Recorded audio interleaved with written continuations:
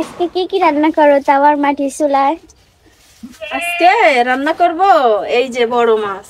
এটা হচ্ছে বড় সিলভার কাপের মাছ। এই যে হচ্ছে বড় বড় চাকা, কিন্তু ছোট ছোট পিস করে নিছি, বুঝতেছো? হুম। আর এই যে মিষ্টি কুমড়া, এই মিষ্টি কুমড়া দিয়ে এই বড় মাছ দিয়ে রান্না করব। কিরকম কম হবে নি? ভালোই মজা হবে নি? আর হচ্ছে এটা হচ্ছে কচুরলতি। আমাদের নাটোরের আঞ্চলিক ভাষাতে একে লাল কচুরলতিকে বলে। লাইল বলা হয়, বুঝতে পারছো? তো এই লাইল দিয়ে হচ্ছে এই যে চিংড়ি মাছ, চিংড়ি মাছের শুটকি আমার অনেক অনেক পছন্দের মাছ। তোর কিরম লাগে মিশু চিংড়ি মাছের শুটকি? ভাল লাগে, কিন্তু বড়টা গন্ধ লাগে। কি কয়, আমার সেই ভাল লাগে। তো আমি হচ্ছে এই মাছ ভেজে নিব, বুঝছো মিশু? হুম। ভেজে নিয়ে তারপরে রান্না করব। তো মাটির খাবার চুলা, আছে? হ্যাঁ মাটির চুলাতে রান্না করতেছি আজকে। হ্যাঁ, আমি হচ্ছে আজকে মাটির চুলাতে রান্না করতেছি। আজকে আমার বাড়িতে হচ্ছে মিস্ত্রি লাগছে, তো এই কারণে হচ্ছে তুমি কি রান্না তেল করা দিয়ে কি লাগছে। ঢাকনা দিছো নাকি?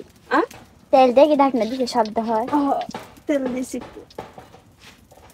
দিনাই তো ডিম ভাজছি। ওই তেলে রাখি হয়ে গেছে।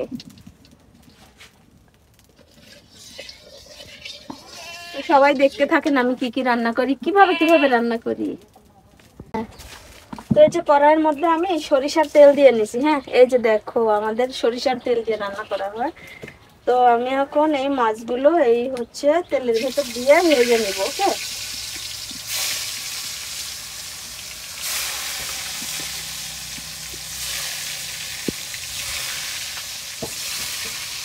আমাদের বাড়িতে একটু ভাজা মাছ কমই খাওয়া হয়, ভাজা মাছ খেতে ভালো লাগে না আমাদের।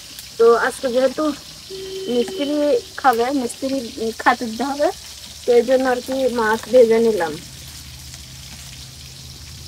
হালকা করে ভেজে নিব। ওকে,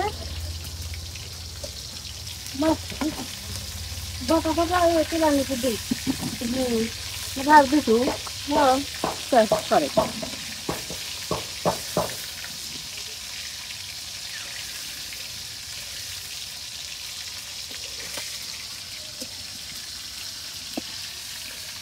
এই মাছটা হচ্ছে, এই মাছের ওয়েট ছিল হচ্ছে 5.5 কেজি।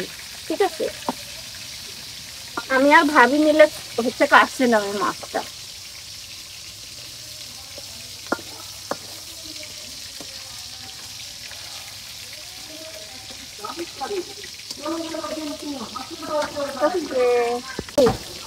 তো এই যে আমার মাছ ভাজা কমপ্লিট।